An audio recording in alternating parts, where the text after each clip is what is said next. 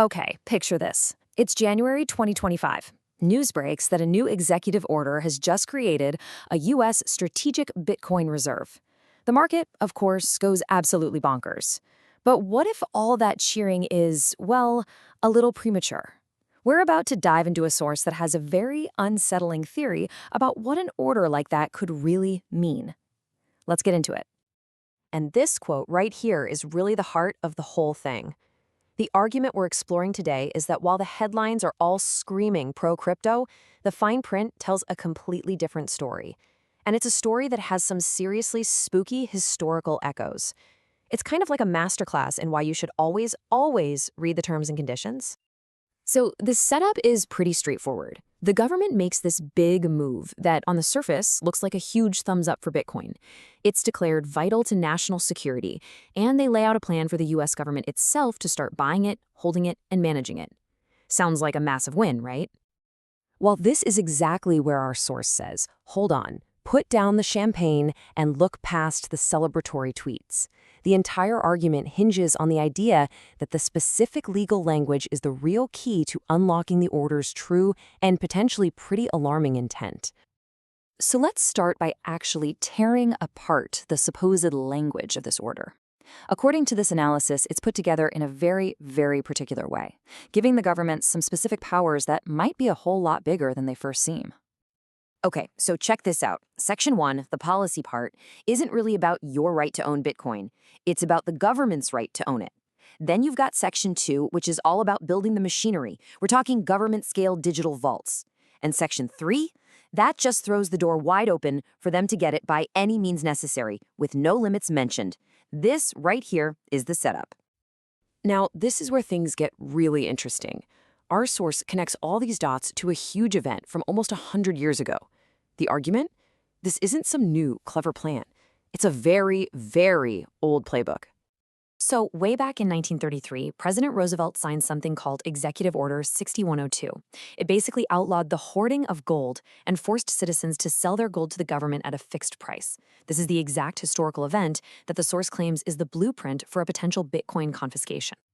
And just look at this first parallel. The wording is, well, it's almost a copy-paste job. In both cases, the asset gets promoted to this level of national importance. It's a strategic asset. That's the kind of language that gives you the green light for some pretty extraordinary government action. And the spooky similarities don't stop there. The authority being granted is identical. Both the old order and this hypothetical new one give the US Treasury the power to just go out and get the asset and then hold on to it. Same power, just a different asset class. So our source boils this all down into a simple 4-step pattern. Step 1, call the asset critical. Step 2, give yourself the legal power to grab it. Step 3, build the vaults to hold it. And the final step, you make it mandatory. The argument is that with this one hypothetical order, steps 1, 2, and 3 are all checked off for Bitcoin, setting the stage perfectly for that final act. But why? I mean, what's the end game here? The source suggests this isn't just about collecting a bunch of Bitcoin. It's about a multi-year plan with a very, very specific financial goal at the end of the road.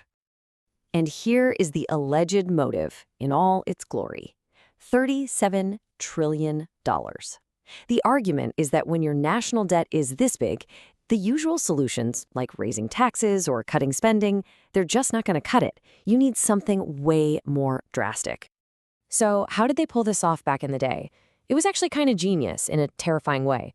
The government got all the gold at one price, and then, with the stroke of a pen, they just declared it was worth a whole lot more.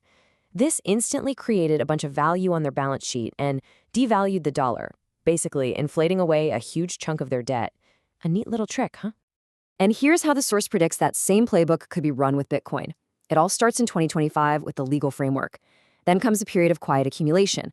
Next, around 2027, some sort of crisis hits, which gives them the perfect excuse for a forced sale. And then, finally, the big one, revaluation, where the government just decides its Bitcoin stash is worth a much, much higher price. So, if a scenario like this actually played out, the financial fallout would be absolutely massive. It would create a really clear line between the people who benefit and, well, everyone else who gets left holding the bag. And this slide really lays it all out there. The list of winners? according to the source, is pretty short.